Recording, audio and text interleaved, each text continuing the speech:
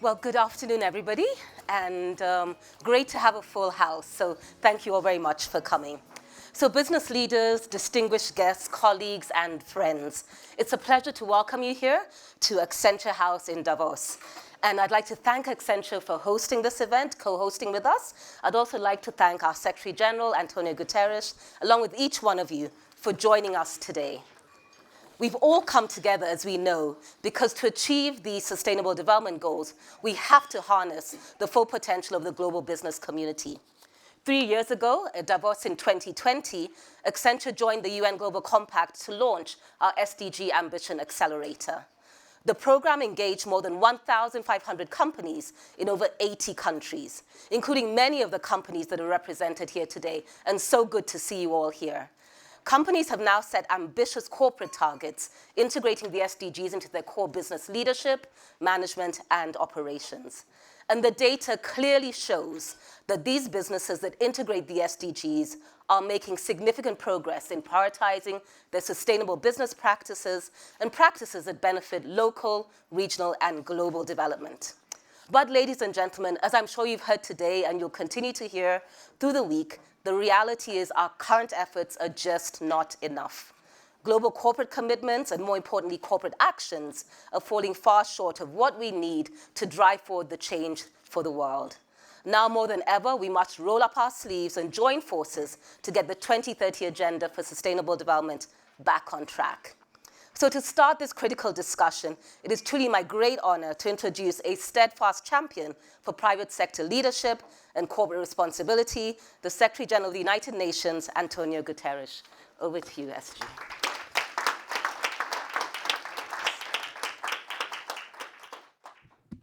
Dear friends, it's an enormous pleasure to be with you again. I just made a speech this morning, so I'm not going to bother you with a speech. But I wanted to very briefly, first of all, thank you for what has been your very strong commitment, not only to cooperate with us, but your very strong commitment to the Sustainable Development Goals, to climate action, and to all the other aspects in which the leaders of the Global Compact represent for us what the private sector today is able to deliver in a very difficult context. Now, I don't need to describe the difficult context in which we live. We have the war in Ukraine that is not going to stop in the immediate future, with dramatic consequences in relation to, first of all, the Ukrainian people, but also dramatic consequences to the European economy, to the global economy. We are all aware of what's happening to prices. We are all aware of what's happening to energy, supply chain problems. And this comes on top of what was the COVID, the uneven recovery from the COVID, in which the situation was completely different in the north and in the south. The north could print money. Lots of money was printed in the United States and Europe, and some of the inflation we are having now comes from that money. It's good not to forget that, even if, of course, the war in Ukraine had a much stronger impact. In the global south, they cannot print money because their currencies would go down the drain. We know that on top of that, the special drawing rights were distributed proportionally to the quotas, which means to rich countries, essentially. And there is no debt relief mechanism effectively in place. Middle-income countries, including small island developing states and many others in big trouble, cannot receive concessional funding from multilateral development institutions. And the multilateral development institutions, instead of mobilizing private capital, assuming guarantees, being first risk takers, are doing their own operations, not understanding that without a massive mobilization of private finance, our objectives will not be reached. So this is a very difficult situation with climate at the same time. We are on our way to 2.8 degrees increase of temperature, unless something happens. Until now, it has not happened, because we still are with our emissions growing. And so we are in trouble. And the Sustainable Development Goals, we are in the middle. We'll take stock in the summit in September, but the fact is that not only we are not moving as fast as we would like, but in many aspects we are backtracking. So in this very difficult situation, I have 3 appeals to make to all of you. The first appeal is for in all your activities, in your businesses, in your companies, in the sectors in which you have a voice, to align as much as possible your business with the Sustainable Development Goals. And sometimes this is a matter of fine-tuning. No, it's not necessarily a revolution. It's a matter of fine-tuning. But that fine-tuning is, of course, extremely important. The second appeal is in relation to climate.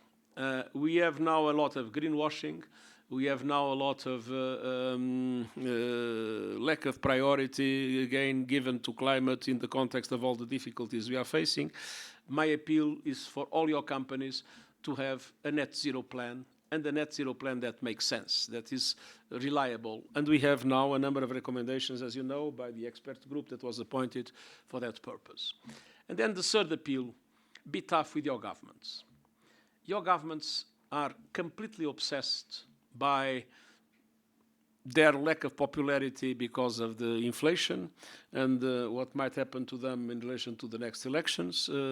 They are completely obsessed with the war, if depending on the region of the world, and they are neglecting the Sustainable Development Goals. They are neglecting climate, and they are, with a few exceptions, but they are not taking the measures that are needed to support the private sector in the important, essential contribution of the private sector, in the mobilization of resources and in relation to climate action and the SDGs.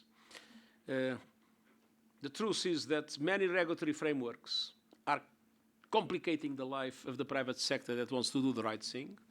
Subsidies policies are against the interests of both the Agenda 2030 and of the Paris Agreement on climate change.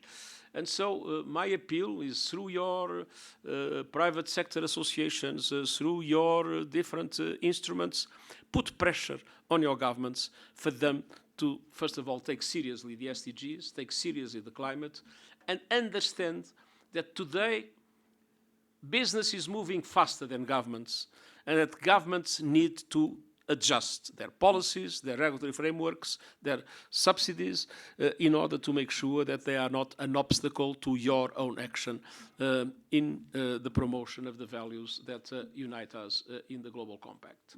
So, to cut a long story short, it's an enormous pleasure for me to count on you, to count on all of you. I know the Global Compact is much more than the number of distinguished friends that are in this room. We have thousands of people around the world, but you are one of the reasons why I do not lose hope, and I still believe we can do it. We can do it in relation to the SDGs, we can do it in relation to climate. But your role in mobilizing your colleagues and in mobilizing or in putting pressure on governments is absolutely essential. So, thank you very much.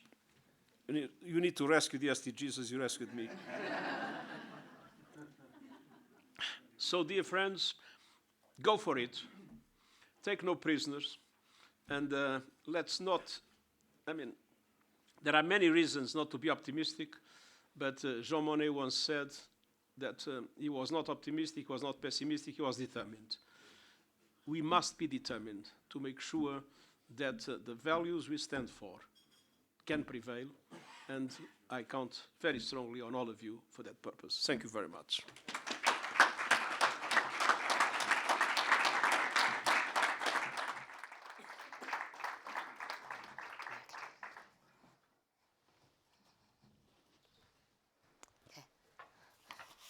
Thank you very much, SG, for those really passionate and powerful remarks. I'm sure we've all noted the 3 takeaways: aligning and fine-tuning with the SDGs, the strong call on climate, the reference to the high-level expert group that has given more detail and depth to climate credibility, and governments and the strong work that we need to do to make sure that government ambition really does allow for private sector to flourish. So I'm going to give some remarks and talk about really why we're here today, and then also invite Jean-Pascal Tricoire to also speak. So SDG, thank you very much for setting the tone and for continuing to challenge the Global Compact. Just to let you know, over time, our membership has continued to grow in spite of the pandemic, in spite of the global challenges, now close to 20,000 participants worldwide and growing in many regions across the world. Today we're here because we wanted to make a special call to you, companies of all sizes, of all sectors, to help accelerate private sector momentum to address the challenges that SDG has raised. Some of the good news, in spite of the grim situation, is that private sector has shown determination and has shown that you have the resources, the knowledge, and the skills to drive change. What we need now is scale, scope, and momentum. Towards this goal, and why we're here today, is because the Compact has identified 5 areas or 5 movements where we believe the business community has the opportunity to advance the 2030 agenda. To start, we're focusing on 5 areas of movement: living wage, climate change, gender equality, water stewardship, and finance. And through these movements, and as SG had mentioned, in advance of the stock take that happens later this year, we want to provide the opportunity for business to commit to more sustainable and more inclusive targets, build a competitive advantage, better mobilize capital, and position ourselves collectively on the cutting edge of global markets. Allow me to give you a brief overview of the 5 movements. The first movement around living wage, of which many of you I know have already made strong commitments, Alan, thank you, is to commit to pay all employees a living wage. This obviously has benefits across all of the SDGs. Living wages allow for improvements in health, education, equality, and overall well-being. Companies can meet living wage targets by going beyond existing wage legislation and engage their supply chains as well in driving living wage for all workers. Our second movement area is climate change, addressing, as you've heard, one of the single greatest threats to the SDGs, challenging companies to set credible net zero targets aligned with the latest climate science. But furthermore, companies must also make sure that they do make a shift to renewables and do this in a just and an equitable way. The third SDG movement area, gender equality, particularly powerful as we know that women's full participation and leadership in business and throughout the entire economy drives growth and drives sustainability. But as we know, this progress has been slow and gaps have costed the global economy an estimated $160 trillion annually. Companies can make progress on gender equality by ensuring wage equality and equal representation of women in all levels of operation, including on boards of directors, management, and in supply chains. The fourth SDG movement area, water stewardship, addresses the most basic human need for clean and safe water. Resilient water systems will continue to support food security, health, biodiversity, and other developmental goals.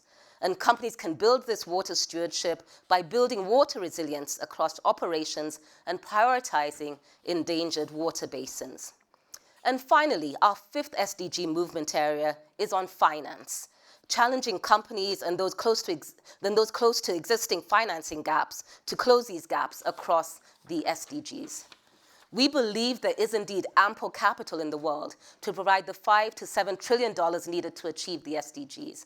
But this wealth remains stranded in assets or investments that do not advance sustainable development. Companies we know can help unlock this sustainable financing by aligning their investments with the SDG policies and linking corporate finance to SDG performance.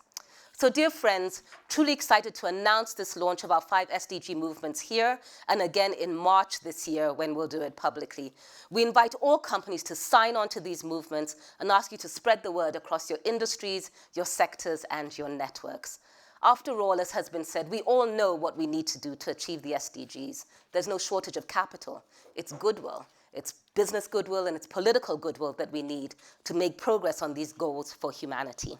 So thank you very much for your kind attention. I'd like to invite Jean-Pascal Tricoire, who's the CEO of Schneider Electric and a kind member of our UN Global Compact Board, to speak about how SDGs are good for people and the planet, and of course for your business. Over to you, JP. Thank you, Sandra. Good afternoon. Great pleasure to be with you. Secretary General, thank you very much for being with us today in a very packed agenda, I'm sure. and for your very courageous leadership in the middle of this world that you described, the world of polycrisis, on very structural transitions for our societies. I would like to thank you, Sanda, also for every day leading us in our collective actions between companies. That has been a remarkable movement on leadership over the past years. Yeah. I would like to ensure you that our companies are mobilized on your side. As we look to the future, we know anyway, Secretary General, you made a call to revolution, right? Calling to be tough on governments, on being unforgiving. But I think we have to be tough with ourselves and to be even more demanding as we look to the future. We need really to raise the bar. We have a collective responsibility to grow the network of a UNGC. When I look at this room, we are preaching the converted. If you are here, that you already belong to the movement. But the reality is that you have 22,000 companies in the world who have signed. 18,000 are companies. The other are other institutions. This is not by far enough. This represents a maximum of 5% of the total companies in the world. So we have to convert the unconverted. And one of the ways to do it is not just to be dogmatic, certainly not to be dogmatic about it, but it's to embark our ecosystems. We are large companies. We have suppliers. We have customers. We have communities around us. And we have a lot of resources in all aspects. And it's to embark all of our ecosystem on the companies associated into the progress linked to the SDGs. And that's touching all the directions that you mentioned, Sanda, the 5 priorities of the movement. Certainly climate change, certainly living wage on decent work, on gender parity, and so on. In all those directions, we can bring people on. I was this morning in the past 2 days in groups where we are thinking about that, and what struck me, whatever the crisis, people remain mobilized. And we are not forcing, we are helping, supporting our suppliers, our partners to progress. And let's never forget one thing. A society is completely intertwined. So we are all the scope 2 and scope 3 of somebody else. And so we are helping each other in all aspects. Efficiency, circularity. What we do is for ourselves, but more so for the community. You mentioned the 5 priorities. I would like to insist on 3, right? Not surprisingly for Schneider, climate and reduction of emissions. We need companies to be more engaged. Only 1,600 or so companies have net zero commitments. Only 136 have validated net zero targets. Commitments don't mean today that we always turn into action. Actually, we did a poll recently with 500 Fortune 500 companies. 8% only of the companies feel they are in line with the trajectories they have defined for reduction of emission. So here, as again, our scopes are intertwined or overlapping, it's really important that we work together because we can learn so much from each other. Everybody has its own angle, its own view of the situation, but we can do so much together. The second one is decent work and living wages. Certainly, the polycrisis has increased inequalities, has put large groups of people around us into a very severe crisis. We can really impact positively as a company because clearly work is a place where we include our communities, we give them the resource to develop. This is where people build dignity, self-development, inclusion with others. And it's really important that we not only push that inside our companies, but into each and every company of our ecosystem. In the first year of the Decent Work Focus, where we launched the Think Lab on living wages with many of your companies. We have developed an awareness kit for local implementation on awareness on the living wage that will be developed into all the local networks. Now we want to ensure that it's really reinforced. On the last point I want to insist on, though we've started a long time ago, is gender equality. You just need, as a data point, to look at an average meeting room in Davos to understand that we have a huge problem. It's just the beginning of the journey, and we need the support of all. I would like to insist as a company that sustainable development on ESG, on the SDG, is the passport of a company to operate and succeed in the future. You said it, the imperative to align the purpose with the SDGs. But our experience, I think all of us engage into it, is that it stimulates innovation. It brings our companies in the tailwinds of fundamental trends because by definition they are sustainable. It allows us to anticipate on the most demanding requests of the communities around us. And it serves as a value compass to manage all the contradictions that we face at the moment. And God knows we face a lot of contradiction. On most important, great people make great companies. On being aligned with the SDGs makes that you are able to attract the best people in the world and to keep them engaged, right? This is the best motivation we find for our associates. So we are at a pivotal moment. There is a mounting pressure to engage, deliver on the ESG principle. Everybody is pushing us to that, but I feel that there is a natural motivated engagement in that direction. Look, it's every of our company's commitment, but it's more so a collective goal to make the world better for generations to come. And it is also an imperative for all of our company's future survival. And more important so, the Global Compact has been the ultimate place of meeting, collaborating between like-minded companies. So thank you all. Let's keep going. Let's raise the bar. Let's be tough on ourselves. Thank you.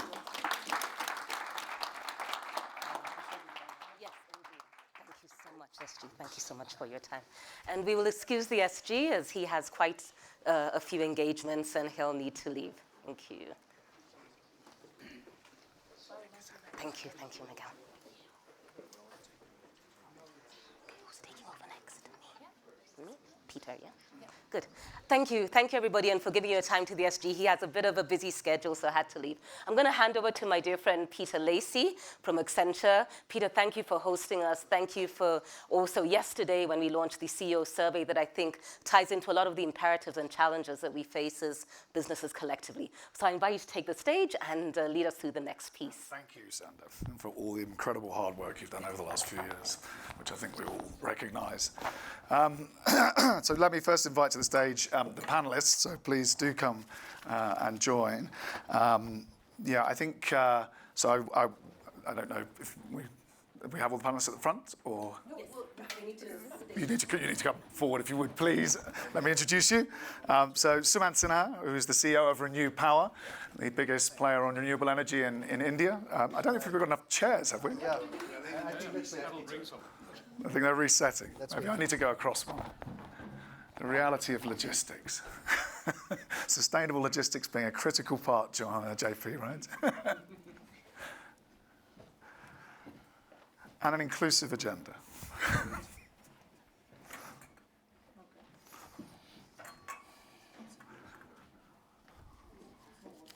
Leave the water. Yeah, the water.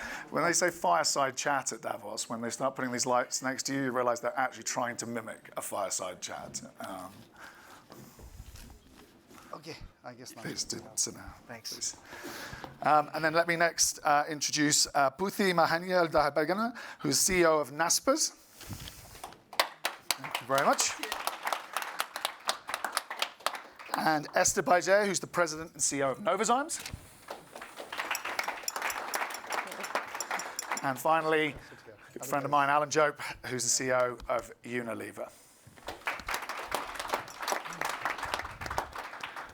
Well, I think it couldn't be more crystal clear from the Secretary General. 3 asks, followed by 5 clear focus areas. Even if company by company, as we've heard from JP, it may differ in terms of where we place our emphasis, where we place our bets as companies, and that includes Accenture as well as all of you, which represent different industries, different parts of the world, different parts of the puzzle that we need to put together. So thank you for joining today. Thank you for participating in the CEO study that we put together yesterday, and also with SAP and 3G with SDG Ambition, which really aims to put this into practice. So I hope that that can help us build momentum into the 5 focus areas. But I think today what we want to try and do is to ask some of the tough questions and get some of the tough answers that maybe some people want to hear and others don't.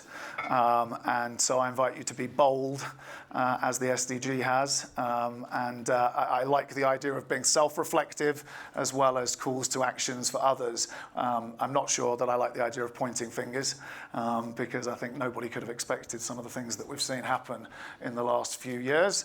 And I think that was one of the conversations that we had. Now, one of the things I really, really liked that Sandra and I both absorbed when we did a video the other day was the work that Richard Curtis, that some of you will know, set up Live Aid, Comic Relief, some of the things like that. A very famous filmmaker has worked with Project Everyone and talks about the SDGs being at the halfway, at the half time, but not at the halfway in terms of progress. But that every match, and I know this unfortunately as a Fulham supporter, having been beaten by Man City and Man United in the 93rd and 95th minute in the last few weeks, that every game is won in the second half, right? So we've got the second half ahead of us, and I hope that some of the answers can look to that second half, not just describing the problem. So let me come first to you, Sumant. I mean, we're now at the point where we're halfway. We've started halfway. We won't see the actual full audit, but I don't think it takes a rocket scientist to do the analysis. It takes Johan Rockström, and he's done it, or others who've done the economics, or looked at the gender diversity, or looked at the fair wage payment, but we're not there. Right, but what progress, and what I'm looking for really is the bright spots. What progress have you made over that last 7 years? What's changed? Where have things worked to start with? Let's start with the positive. Okay, great. Thank you. Thank you so much for that. So I don't know if we are at the halfway mark, just to talk about that first. In some senses, we are well beyond the halfway mark because we've already, by some estimates, got to 1.1 degrees centigrade temperature change. In terms of where we are in the, yes. And so therefore, obviously, if 1.5 was the target, then we're already 2/3 of the way there rather than just half the way. On the other hand, I would say that if you look at the whole climate change fight from a time standpoint, we've been at it for very few years so far, maybe 20 years. But the next 10 years are really going to be critical. Because while companies and countries have set net zero targets for 2040, 2050, and beyond, what we really do in the next 10 years is going to be the most critical thing. Because in the next 10 years, either we're going to bend the curve down remarkably towards the targets that we need, and technology cost curves, or you mean the targets themselves? No, so I mean just bending the carbon emissions curve itself, actually starting to move it down. And also in this next 10 years or 8 years, we also have to find technological solutions that then get implemented at scale in the decades after that, right? So that work, all of that needs to be done in this decade. Yes. And if we don't do it in this decade, the game is going to be lost, right? To your Fulham analogy, it's going to be done, right? So therefore, we have very little time. We have to really get cracking. So the question is, what is the progress we've made and what is the progress that has happened around us? I run India's largest renewable energy company, which we literally started 12 years ago. So it's not a very old company. Do you want to say, I mean, it produces enormous amounts of renewable energy. Yeah, we produce about 1.5% of India's entire electricity production right now and help avoid about 0.5% of carbon emissions of the country. And all done within the last 12 years. And India is a big country, as you know. India is a country which is the 3rd largest power market in the world. We're going to add in the next 30 years. Very coal-centric. I mean, so you're making a massive difference. It is, but it is shifting, however slowly, but it is shifting.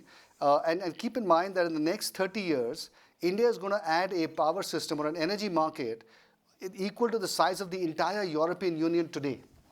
And so therefore, the choices that we make as a country is going to have an enormous influence on how the world deals with climate change. And therefore, it's actually very good to see the fact that the Indian government has taken a very proactive view on shifting the whole development agenda towards a less carbon-intensive development focus. Had we followed the path that every other country has followed, the game would be over. So there's been good policy collaboration. There has certainly been good policy development, which has allowed companies like us to get started, get to scale, and now really in some ways we are poised to grow very rapidly over the next several years. Our company is doing CapEx in India in the next 3 years, which is going to be among the top 10 companies in India, across all sectors, across public sector, private sector, etc. So our companies now in this sector are really getting to scale. So we are beginning to have an impact. And I think, so therefore I think in terms of contributing to India's climate movement, in terms of contributing to shifting the carbon emissions, I think we are beginning to have an impact. And I think India is certainly showing a tremendous focus on that. But not to dwell only on climate change as the SDG, because there are other SDGs and other focus areas as well. So as a company, I think to Jean-Pascal's point, which is that we all have to contribute. And so we are looking at ourselves not just as a company that is focusing on climate change, which of course we are, but we're also looking at a number of the other SDGs. Yes. And we're trying to see how we can impact that. Because my sense is that we're all little ripples in the water. And if we can sort of really expand that, and over time, all of us then drop our little stones into the water. You buy the intersection argument that Jean-Pascal made. Absolutely. So we'll all then begin to cover a much wider swath. So I think there's a specific responsibility in all of us, not just to do what we're doing in our own respective companies, but also to spread out a little bit more into civil society and see what we can do on things like women, gender equality, youth development, collaboration across different civil society areas and so on. So that's something that we as a company have particularly tried to focus on and really tried to be good citizens within the overall sort of civil society. Almost building it from the start of the business, right? I mean, that's right. So we've tried to sort of bake a lot of this into our DNA. And we've had the good fortune of actually building our company very recently. So we've actually been able to put all of these good. And you see that in a lot of I've seen that, I mean, I've talked to you about this before, but in electric vehicle companies that are emerging that are actually starting from first principles and not having to retrofit. That's right.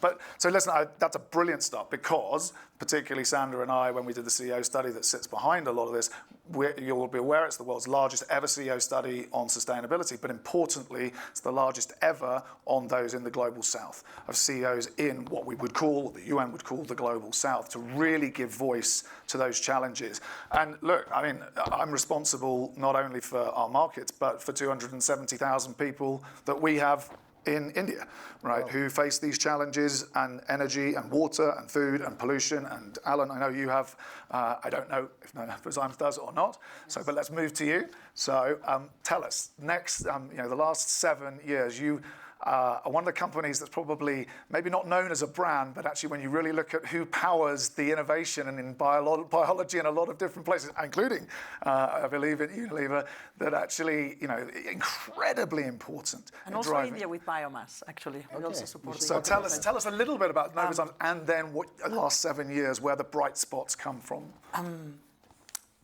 Gladly so. I'll tell you about Novozymes before and what we've done and what we are very proud also of what we've done and what we're going to do.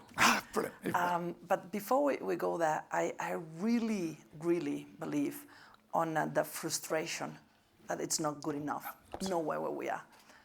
On that, we have to be tough. I also think we have to be tender. We have to pause and look on where we were and where we are. Yeah. Definitely it's not enough. Definitely, it's far from what anybody needs. But that progress gives me the courage to keep pushing.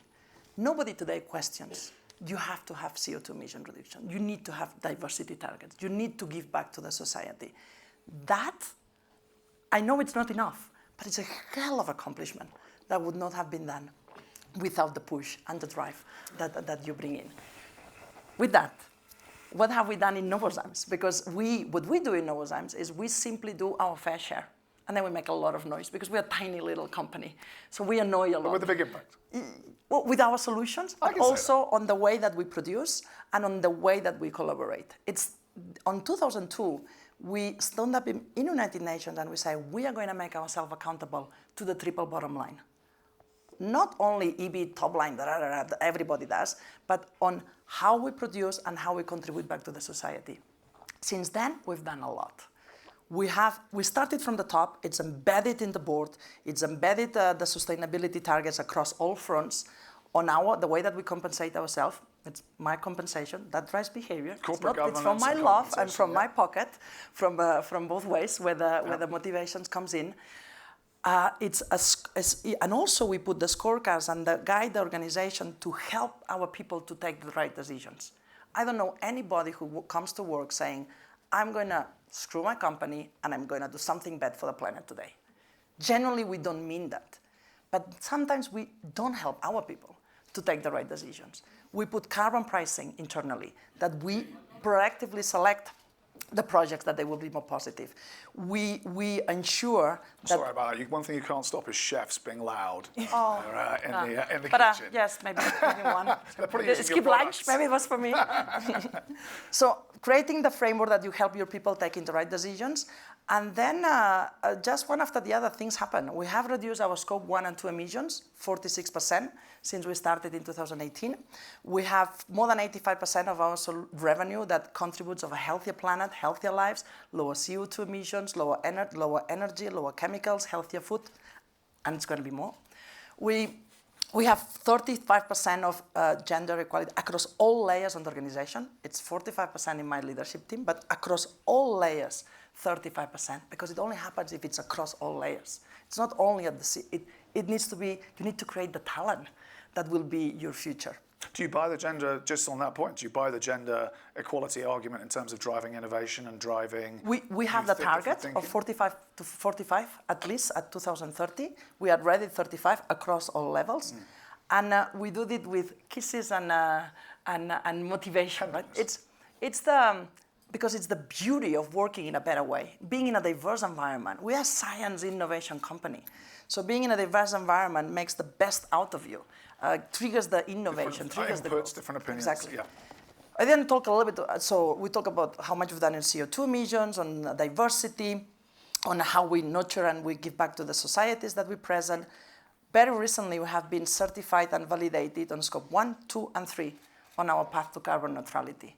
So maybe on the behalf, sometimes we put barriers to ourselves. When we said, we're going to make a scope 3 targets, no, you cannot do that. We have no idea. Well, somebody needs to find out. We work with SBTi.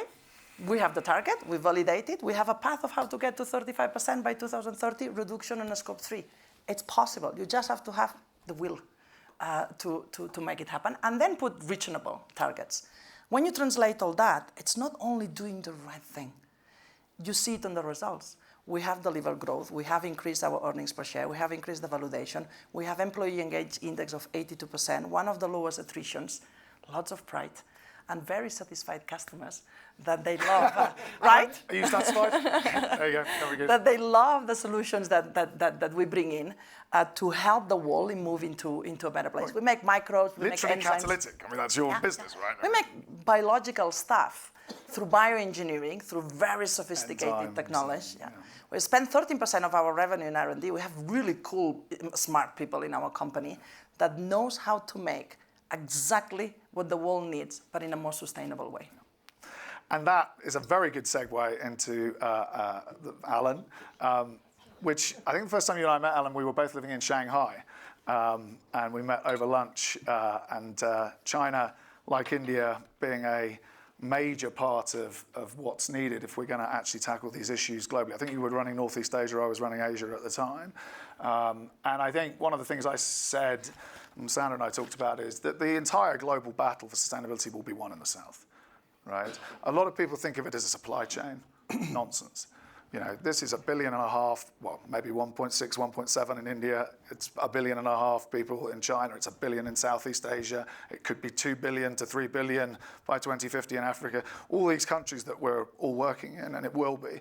I mean, one of the interesting remarks you made, I think, with Unilever, you actually went out without necessarily knowing some of the answers when Paul really pushed hard, and you're already a very senior leader at that stage, and a lot of people looked around and went, well, how are we going to do that?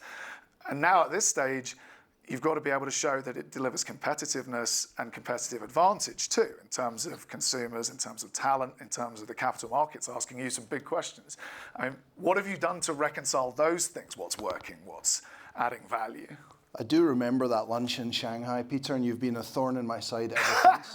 I paid. Including, he knows fine well that I'm a Glasgow Rangers and a Chelsea fan, and that Fulham snuck a lucky victory versus Chelsea quite recently. A victory. Yeah, thanks for yet another bit of needle when we see each other. Thank you.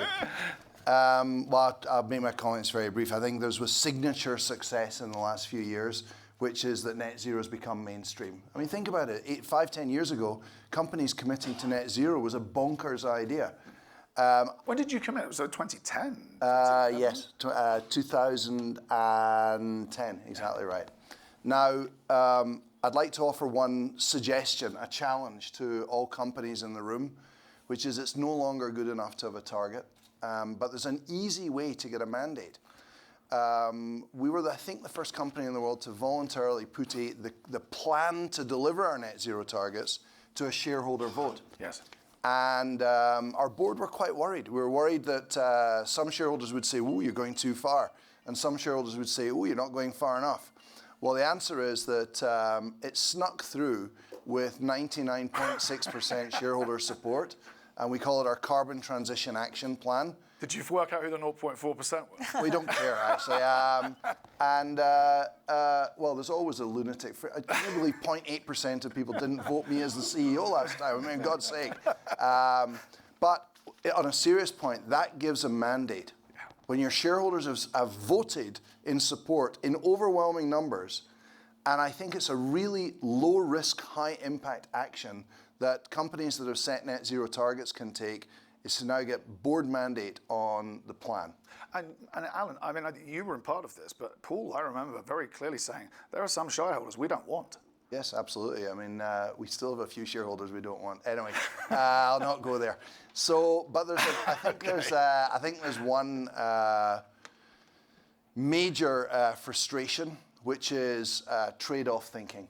You know, we keep running into a paradigm of beliefs that you can either have strong financial performance or strong sustainability performance.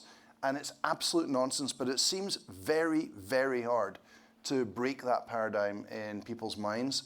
I don't think I'm breaking any confidence by saying the work you've done to invest in the Unilever Sustainable Living Plan, which is well known, I think, that's delivering higher margins, higher volumes, and the growth for the business. Well, JP articulated one way of talking about the business case. The way we think about the business case is very simple. It's got 4 elements. Our brands, we've got very, very strong data that brands that make a positive contribution to society or the planet are growing they make up just over half our portfolio now, and they're growing much, much, much faster than the rest of the portfolio. So it drives growth. Secondly, it takes out cost. We've saved 1.2 billion euros from sustainable sourcing, mainly avoiding energy costs. Third, it lowers risk, macro risk. A world that's on fire or underwater is a lousy place to sell soap and ice cream, but also micro risk. I mean, we stubbed our toe on Black Lives Matters issues. We misplayed it, but we had done so much work with the community over the years that they came running to our support. So it's a way of reducing macro and micro risk. So if growth, cost, risk, if those aren't enough for you, then JP ended with the same point I'll make, which is it is a magnet for talent. I was going to say talent, yeah. Unilever is a graduate recruitment program in 54 countries around the world. It's revolutionized the quality and the quantity of people you've been able to attract, right? 8 years ago, we were the employer of choice in 17 of the 54 countries. Today, it's 52 of the 54 countries. So we know that it comes from there. So the signature success against the SDGs is on the climate commitments. The signature frustration for us is this trade-off thinking. And I want to come back in a second to talk about one of the big themes that came out of CSO, which was resilience, which you and I did talk about, and I think probably all of you have an opinion on. One very quick thing, and then we'll ask Putty to come in next. I mean, one of the interesting things, I know all of you are working on this, but that we can't even get to the climate goal purely through the energy system. No. Right? Only 54%, if you believe certain scientists. You have to address nature. You have to address deforestation, oceans, water. You have to address, the chemical the chemical derivatives from fossil fuels, right, packaging, and so on. So the circular economy, or whatever you want to call it, nature, water, yeah, it's a package. They come together. Even on the environmental side, let alone the social and the governance. I don't know if Stincher, who used to be the environment minister, she came up with a comment the other day I love, which is there is no plan B, which we've all heard, but there is a plan C, which is where you bring carbon and circular together, which I quite liked as a way of thinking about it, right? But coming to you, Putty, I mean, we really have genuinely tried to focus on companies that are bringing innovation to the market, that are right at the core of trying to systemically rethink markets. And by the way, I want to come back to this too. People-centric, human-centric, people's wants, needs, aspirations for the future. Tell us a little bit about the progress that you've made, because it's been impressive. Thank you very much. So over the last 7 years... And tell us a bit about your company as well, please. Okay, yeah, sure. So Naspers is a global consumer internet business. We operate in around 100 markets around the world. We're a global south business, and the business impacts around 2 billion people around the world. So we, I would say that if I look at the SDGs, the ones that we are focused quite heavily on would be SDG 4, 5, and 7. But gender, I'm trying to get education, gender, and good lives. That's yeah. So if I look at... Correct me in a minute when I get them. I actually, for those of you who have calls with me, I actually have them literally behind my desk, and they are there permanently, so I don't do that. Please. So if I look at SDG 4 as an example, EdTech is one of the segments that we're invested in.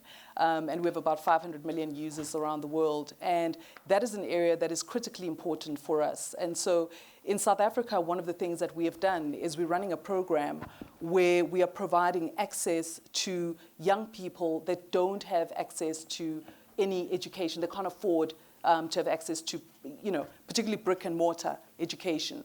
We provide them with access to education digitally, and then we place them in employment. Because one of the things that we found is that whether it's in the banking sectors or whatever sectors, they are looking for people with particular skills. So we ensure that these young people are skilled in a particular way. Including new skills for things like renewable power, renewable energy, and some of those themes, or more traditional, or both?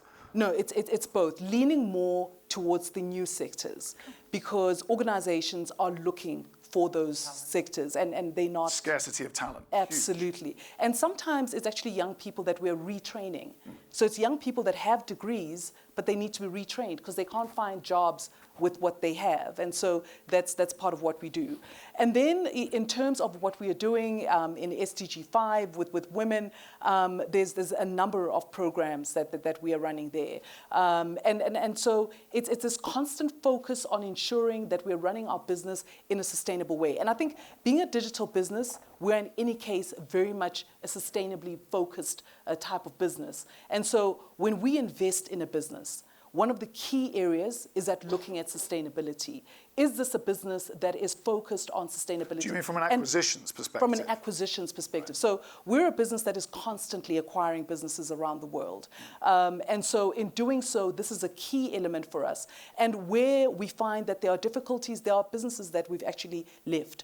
Because every single... Alan, I know we even talked about that. We were thinking about, I'm not going to say which, but you were thinking about a brand I love, not necessarily contributing, and might not be a future part of the portfolio from a sustainability perspective. So it's that people really factoring this into inorganic growth now, right? Absolutely. And I think it's helpful when you have leadership in the organization that is really committed to sustainability. So from our board, our board chairman, our board members are very keenly focused on ensuring that we're adhering to sustainability. And therefore, from a leadership... What does that look like practically? So do you have a stage gate for M&A where you will literally just look at the E and the S and the G? Absolutely, absolutely. So our head of sustainability gets involved with our M&A team and also has a look at that segment, and then, gives her feedback, and on the back of her feedback, we then decide on, on the transactions. I mean, we look at millions of transactions every year, and it's on the back of deciding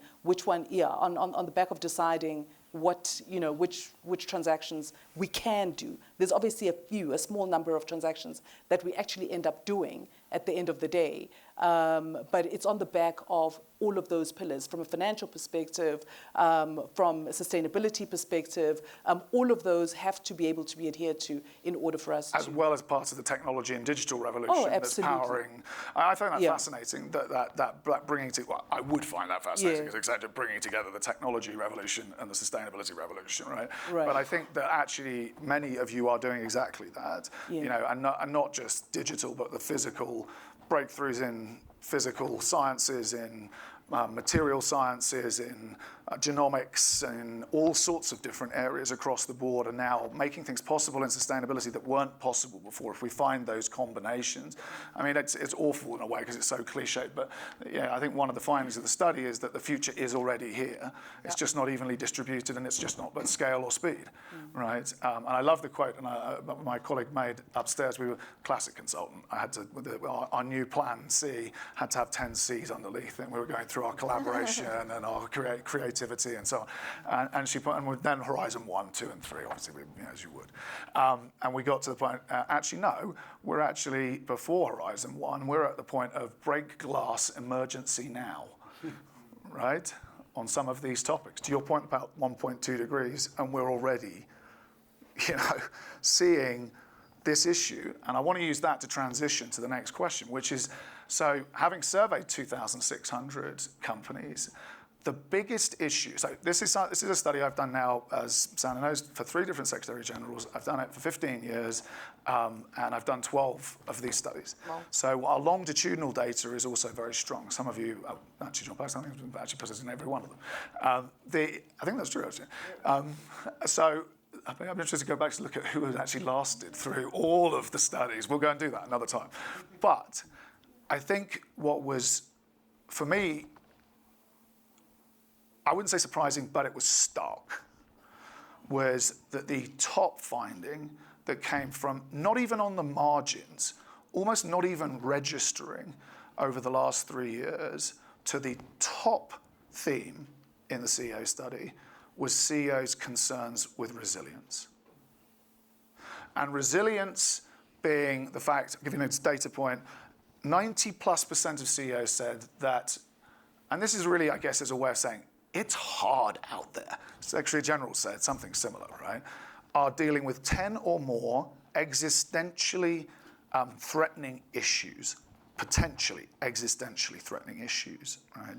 But now sustainability is now registering on that list. And we heard CEO after CEO with physical supply chain talk about increased damage from storms as they gather up more intensity, more forest fires, more crop failures, already at this 1.2 degree, because it doesn't play out evenly. Different parts of the world, hottest summer ever in Canada, floods in Germany, not just in the south, in different parts of the world, far faster than their models or their CapEx or their OpEx planning had predicted. And not just on climate, but across the board, on biodiversity, on water, on all of these different themes, and impacting local communities in ways, and that's the human-centric component of this, of the workers. Now, that also plays out financially. The insurance industry said that it paid out this year 30% more in provable physical climate-related damage to supply chains. One CEO in the insurance industry told me that was absolute, I'm not going to swear. It was 10 times that, but they just couldn't absolutely scientifically prove and say that it was there. And he expected it to rise exponentially across the board, right? And I think I spoke with a couple of you about this, that it is moving up the risk register as a share of that way of thinking about business. But on that issue, what we say in the report, and so clear, and I think you've talked about, one company, one industry's resilience is another's new set of markets, new set of products, new set of services, new set of opportunities to meet that need to be resilient. So I would love to hear each of you, and maybe we'll go in reverse order, resilience. How does it play out for you? How do you think about it? Is it an issue? And the other side of the coin, when you think about your customer, your consumer, how do you help them tackle that set of issues? Yeah. Through, and ESG focused and sustainability integrated into the core. Yeah. So one of the a key organization that I'm involved in is the United Nations Global Compact in South Africa. And so this is by the way, an I'm issue. asking each of you to do 1.5 minutes each, just to make sure I want to get one more question. Okay. And what I wanted to say is that we have a number of CEOs on there, and this is an issue that is constantly emerging. Resilience or the growth side of resilience, or both? Sorry, resilience, yeah. or the other side of the coin being growth opportunities, delivering someone else's resilience solutions? It is resilience. You know, because as businesses, we're continuously looking for that resilience. And so, you know, it's an issue that we are continuously looking at and, you know, trying to find different ways of being able to as a business, not necessarily for consumers or customers. As a business, for the benefit of our consumers. Right. Okay. Yeah. Alan, you and I, I'm not going to say what we talked about. We talked about resilience, but you talked about supply side investments needed, right, in some of these things. Could you maybe say a little more about that? Look, I think the first thing on resilience is we have to deal with the things that create breakdowns in our business and breakdowns in our supply chain. So doing our bit for the climate emergency, loss and destruction of nature, and rampant inequality, that's a big part of building a more resilient world and therefore a more resilient Unilever. Within Unilever, it's a very simple matter, which is we are staunchly opposed to nearshoring, onshoring, the separation and decoupling of the West and China. This is another inflationary pressure in the world economy. It adds risk into the world economy. But at the same time, we mustn't be naive. And so we're going through a systematic program at the moment of eliminating single source dependence for any part in our supply chain. So you mean like a one supplier of a particular commodity? When the COVID crisis started, 25% of Unilever's materials and inputs were dependent on one supplier in one place. That's far too high. Sounds a little bit like European energy. So we're now at a point where only 5% of our inputs are dependent on a single source, usually with very exciting proprietary technology based on the latest science. From multiple sites. Exactly, from multiple sites, thank you. So for us, resilience, we've got to tackle the big problems that cause the breakdowns. But if you want a simple answer, the simple answer is avoid single source dependency in your supply chain. And that's at an individual level. What about more systemically? If you look across industries and you look across the different parts of your value chain, but also the role of government in that. Yeah, I'm a bit reluctant to point the finger at government. Clearly not pointing fingers. More, what are the big opportunities to I think the opportunities for government are to pass powerful resolution on energy and climate change, to protect nature more effectively, to drive, I hope we can come on with a few words about wages, fair living wages. I don't know if you come back to that. Yeah. But there are a few high impact spaces where governments can regulate to improve resilience of their countries and the businesses in their countries. And future comparative advantage potentially for some of those. So resilience and growth, two sides of the same coin or focused areas. Completely linked. Resilience is not an option anymore, it's a must. We live in an extremely volatile world, and you just have to learn how to dance. And the resilience, it is not only from a supply perspective that you will continue to run your operations, it is, the way we see it, it's also resilience from the offering that we provide. That you are able to supply your customers and help them maneuver through the big changes we're seeing in the demand. When COVID started, we see household care demand growing significantly because everybody needed to wash the clothes more. We were able to, through the resilience of solutions and assets that they're ductile, you have to invest on your assets' capability that they can produce multiple different things. So you can help your customers then to absorb the volatility. Of solutions. So I'll just give you one example. COVID started, gasoline demand, with that bioethanol demand, the enzymes and the yeast that goes into biofuels for North America, in April, it dropped 75%. That was 1/3 of our revenue at that moment. Household care grew in a significant way.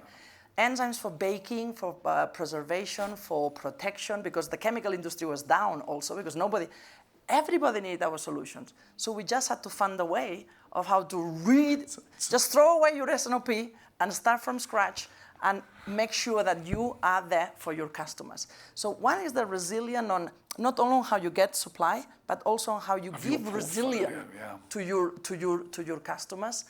And then the other one, maybe a little bit more elevated, is the resilience overall of the solutions that the world today is facing.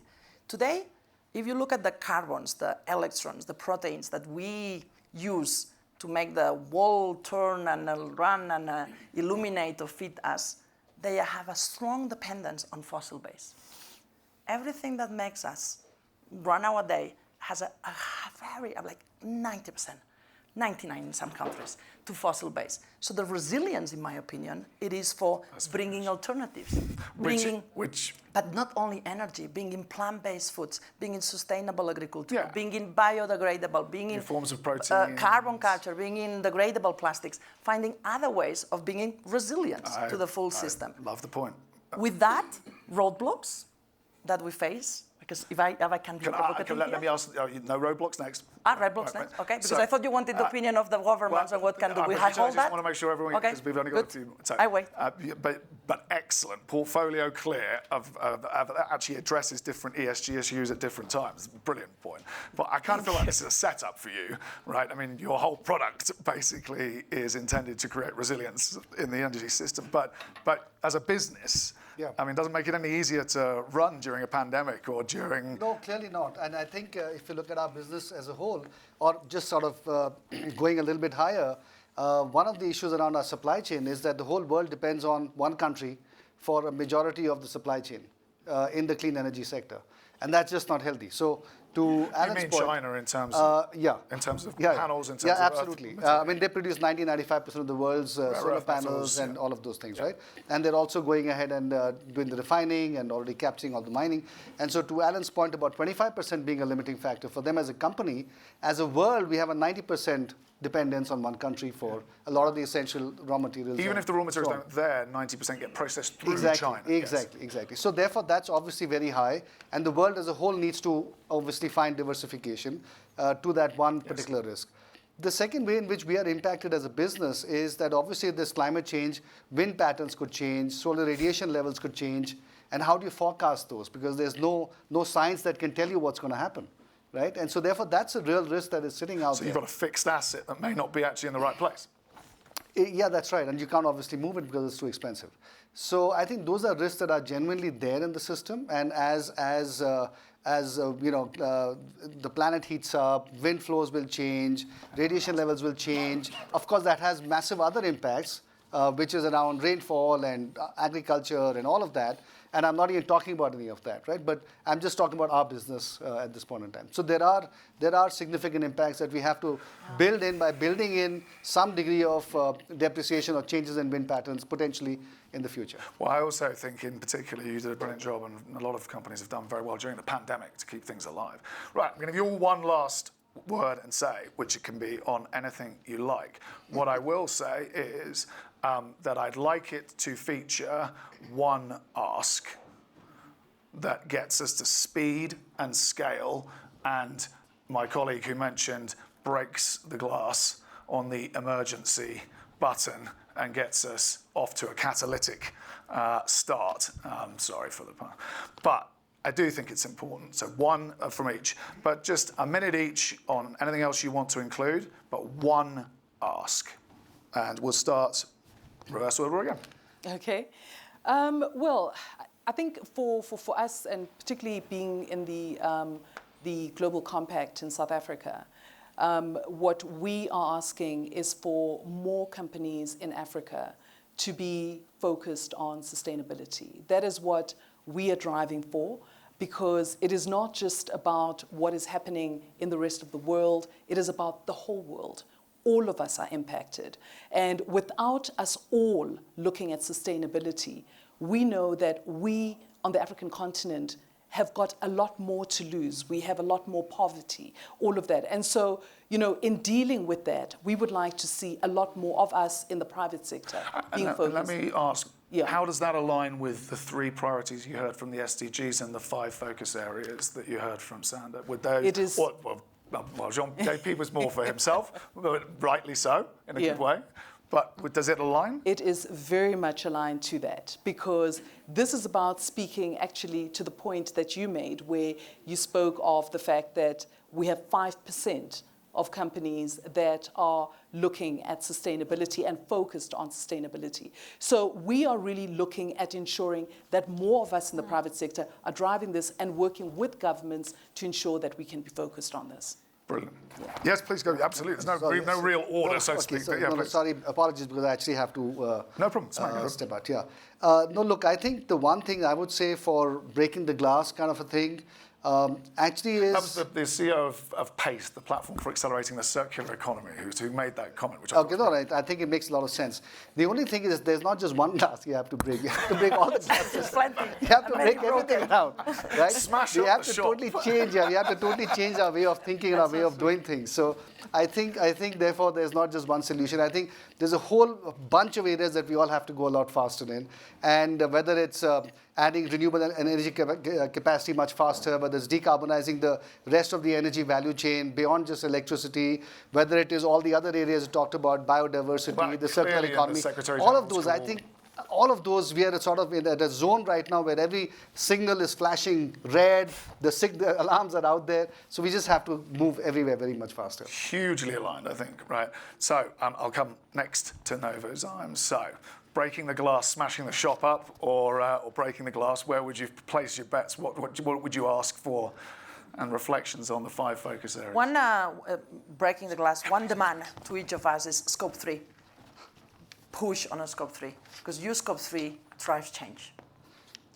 Push on a scope 3, because that's the way. Do you mean scope 3 just for carbon, or do you mean scope 3 as a concept across? You have to start with carbon, because it's the one that it's more understood. I mean, in many cases, your suppliers will not even know what you're talking about. So start with carbon, start with the scope 3, start driving traction there, and that will generate a lot of movement. Then be a leader of collaboration with the governments and the regulation authorities. Today we have a lot of roadblocks, unnecessary roadblocks that we don't need. It takes too long to register new solutions, to go to the certification, to go to the validation. The technology is already available, and we're making it way hell complicated. I wish unnecessary complicated. I don't mind complicated. You mean the collaboration required to scale, right? I mean, it goes both ways. I think that we companies, we have maybe abdicated a little bit in the past. The responsibility we have to explain how good looks like, and we let the regulatory do their thing. And now suddenly we say, this is not what we need. So we have to be more proactive and collaboratively setting the way. I think that's of the how Secretary regulation. General calling to say what a good job you've done, by the way. I think just. We're not done. We're just asking and we're moving. And then when this request from the governments, we need also your help here, because that's everybody's voice. We have to stop subsidizing the past. We're spending 70% of everybody's tax money subsidizing the fossil-based alternatives that they're hurting the planet. In agriculture, in energy, everywhere. $11 million per minute they go to coal or to gas. That hinders the competitiveness of green solutions, bio-based solutions, because it's an unfair play. So my grass breaking, cracking, or whatever, it is do what you can, not only within your shop, but on what you can lead, and then collaborate with the governments, collaborate with the authorities, and seek for the way of how we remove unnecessary roadblocks that we don't need. We need speed. Like you got the roadblocks back in. It's reinventing and imagining the different future and creating that future. Alan. One simple ask, which is directly was referenced by Sanda, which is to help tackle inequality, business have to pay fair wages. It is not okay for any of us to build our business on poverty wages. Unilever's made the commitment a long time ago to pay a fair living wage. We made a new commitment last year, which is anyone who wants to be doing business with Unilever, any supplier of products or services, has to commit to pay a fair living wage to their employees by 2030. It's almost a scope 3 for labour It is practices. a scope 3 for labour. And what it does is it amplifies the impact that we can have from a couple 100,000 people to millions of people. And don't forget, 75% of the world's population are living in countries where the Gini coefficient has got worse in the last 5 years. We're living in an era of growing, rampant inequality, but we can all make that simple decision to pay our people properly. And it's not charity. people are paid properly, you get lower attrition, you get higher productivity, you get more job satisfaction. So it's a sensible investment in people. And the industries of the future, the rotation into the industries of the future. I think that's a brilliant place to finish. And the reason I think, and before I ask Akim to wrap us up with a couple of comments, I mean, I think it fits very well with the Sander? I thought it was Akim Sander I've got on there. Okay, yeah, Akim's not here, so Sander. But you know, I think it fits brilliantly with what the Secretary General said. I think it fits brilliantly with the focus of the compact. I think it also fits very well with, I think, the findings of the CEO study and the SDG Ambition program. And one of the things I would just add is that when each of you have talked about these different themes, you've talked about employees, you've talked about consumers, you've talked about inventors, we've talked about the investors. Guess what? They're all people. Yep. Put your hand up if you're an investor of some sort. You don't know one's has a pension here? Yeah, we're all investors. Right. Put your hand up if you consume. And I can keep going, right? So guess what? People-centric systems change, right? We artificially create these identities and then behave as if there's somehow we're not solving the problem for the future, whereas really what we're trying to do is solve for a future that is enough for all forever. And that's really what the SDGs in this next decade are supposed to be putting in place, the foundations of that. And let's be clear, this isn't just the Global South. I was talking to a single-parent mother who plays football with my son. There's not particularly to use too much football, soccer for some of you, but you know, who literally is facing 30 to 40% inflation in energy, in fuel, and in food for 2 children as a single-parent mother in the UK, and the UK is going to face 23% inflation this year, according to Goldman Sachs, right? So this isn't just the South on the pay fair wages or create a future for others. This is a global, urgent problem that we need to break either the glass or the shop. So, on that basis, Sander, I will let you wrap up and take us home.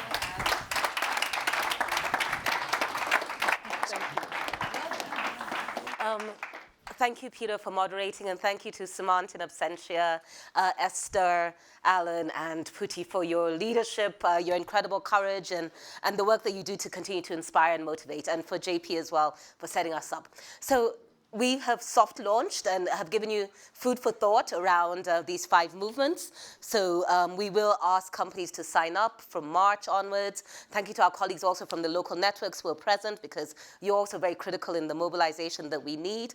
Don't forget the 5 areas: gender, climate, water stewardship, living wage, and sustainable finance. All very critical for making that change that we all want to see for us and our various personalities, as you said. We're investors, we're customers, we're leaders, we are, we're guardians and custodians of the future as well. So thank you for your time. Invite you to stay around. There's a reception, so some refreshments and networking. And we really look forward to creating a movement towards 2030. It's something that we all very much need. Thank you for your support for the Global Compact, and take care.